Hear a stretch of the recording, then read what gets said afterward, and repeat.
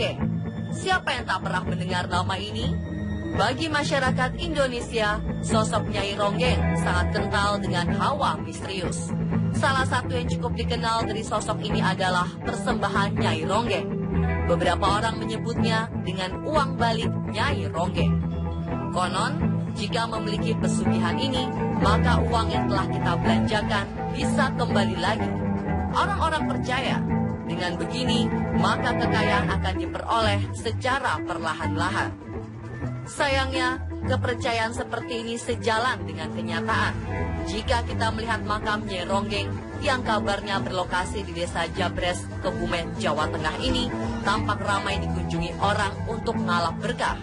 Di kalangan supranatural, makam ini sudah sangat dikenal. Lokasi makam Nyai Ronggeng yang berada di ujung gang di tengah persawahan warga membuatnya mudah dikenali. Tak ada makam lain selain makam Nyai Ronggeng di lokasi ini. Makam Nyai Ronggeng ini sering juga disebut dengan makam Mbah Pucung. Tempat ini ditengarai sering dikunjungi orang untuk meminta berkah. Mereka yang percaya datang dari berbagai penjuru tanah air. Dan rata-rata mereka berniat untuk mendapatkan kekayaan. Namun anehnya, di antara sekian banyak orang yang mencari berkah ini, tidak ada satupun yang berasal dari daerah Kebumen. Ini karena sebuah mitos yang menyatakan bahwa penunggu tempat tersebut tidak akan memberikan persembahan apapun pada warga Kebumen. Tentu saja ada kisah di balik mitos ini.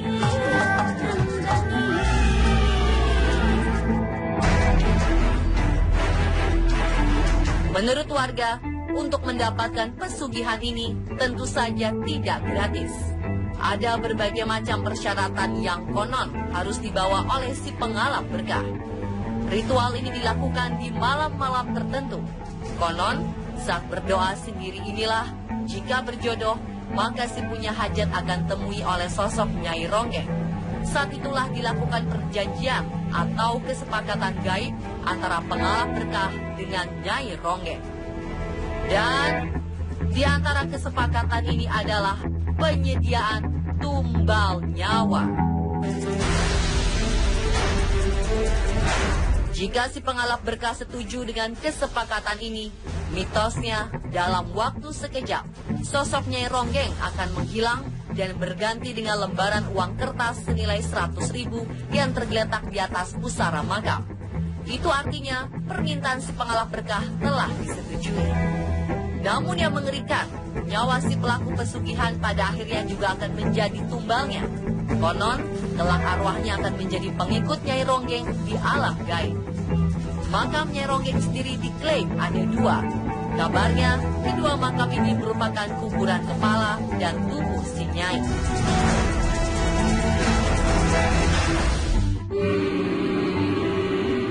Lalu, siapakah sebenarnya sosok Nyai Ronggeng? Mengapa makam ini dijadikan sebagai tempat ritual? Konon, semasa hidupnya, sosok Nyai Ronggeng adalah wanita yang sangat cantik, yang memiliki profesi sebagai penari ronggeng dan memiliki nama asli Dewi Sulastri. Dewi Sulastri diyakini hidup pada zaman Kerajaan Mataram dan dipimpin oleh Panembahan Senopati. Sayangnya, tak pernah diketahui bagaimana asal-usul Dewi Sulastri yang sebenarnya. Ia adalah seorang pengembara yang menyambung hidup dengan bekerja sebagai penari ronggeng keliling.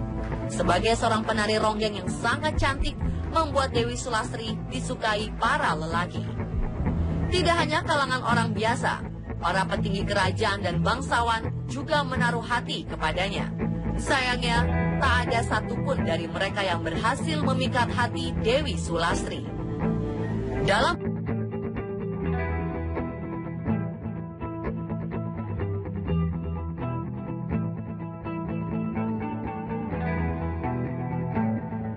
Dewi Sulastri dikagumi oleh seorang Demang di wilayah itu yang berniat menjadikannya istri. Namun karena si Demang tersebut telah beristri, maka Dewi Sulastri mata. Ia nekat menodai Dewi Sulastri. Si Demang lantas memberikan sejumlah uang, namun Dewi Sulastri menolak dan membuang uang tersebut. Perbuatan Dewi Sulastri ini membuat sang Demang semakin terhina. Tanpa belas kasihan, ia pun membunuh Dewi Sulastri.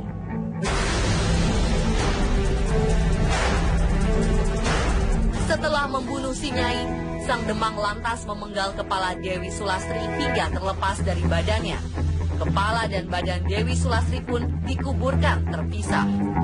Konon, setelah dibunuh, arwah Dewi Sulastri terus bergentayangan. Ia menuntut balas kepada Sang Demang. Hingga suatu hari, Sang Demang akhirnya ditemukan terbunuh dengan sebab yang misterius. Orang-orang yang percaya si Demang tewas karena dihantui oleh sosok Nyai. Tak berhenti di situ, arwah Dewi Sulastri juga selalu ingin menuntut balas kepada setiap lelaki. Karena itulah muncul mitos tentang uang balik yang hanya bisa dilakukan oleh laki-laki. Banyak yang percaya arwah Nyai Ronggeng sampai saat ini masih bergentayangan. Meski tidak menyakiti, tapi kemunculannya sering membuat resah masyarakat.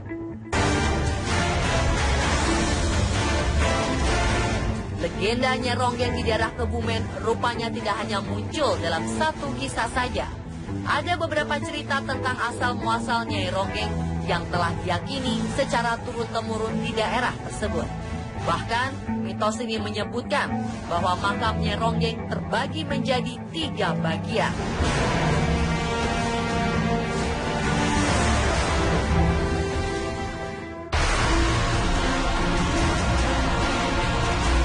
Pada zaman dahulu kala, di sebuah desa yang kini disebut dengan Candi Bulan, tinggal seorang wanita cantik berparas anggun dan bertubuh molek. Selain cantik, sosok ini juga pandai menari. Kala itu adalah masa kejayaan bagi para penari yang biasa dipanggil Ronggeng atau Nyai Ronggeng. Kecantikan Nyai Ronggeng ini terkenal hingga ke seluruh pelosok desa. Hampir setiap pemuda di desa tersebut jatuh hati padanya. Kenyataan ini membuat Nyai Ronggeng bingung bagaimana untuk memutuskan siapa laki-laki yang pantas mendapatkan dirinya. Karena menyadari bahwa ia adalah seorang penari yang cukup populer, Nyai Ronggeng pun tidak ingin jual murah pada mereka. Maka, supaya adil dalam mengambil keputusan, ia mengadakan sayembara bagi siapapun yang berhak mendapatkan cinta dari Sang Ronggeng. Dari sekian banyak pemuda yang mengikuti sayembara tersebut, akhirnya tersisa 3 orang pemuda saja. Namun, si Ronggeng tetap bingung bagaimana memilih satu dari ketiga pemuda tersebut. Karena ketiganya sama-sama kuat dan tangguh. Tak ada satupun di antara mereka yang mau mengalah. Nyai Ronggeng pun bimbang karena sudah kehabisan akal. Akhirnya ia memutuskan untuk memilih satu pemuda yang menurutnya paling tepat. Tetapi keputusannya ini membuat kedua pemuda lainnya tidak rela dan merasa mereka yang paling pantas. Akhirnya terjadilah pertarungan hebat antar pemuda tersebut. Sang Ronggeng pun menjadi panik karena pertarungan ini sudah berlangsung 7 hari 7 malam dan tidak ada yang mau menyerah. Sang Ronggeng berusaha menghentikan pertarungan ini. Akan tetapi tanpa disengaja, keris dari salah satu pemuda itu terlempar dan mengenai Sang Ronggeng.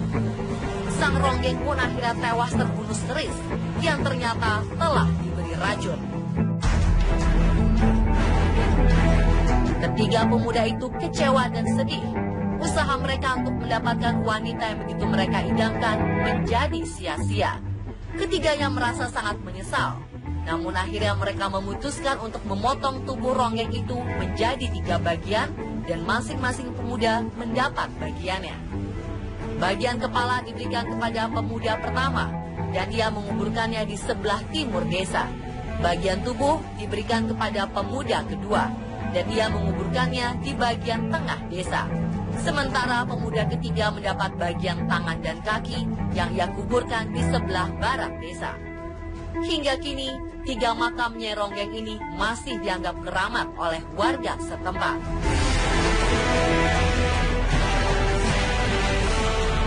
Ada beberapa versi kisah Nyai Ronggeng di tanah air.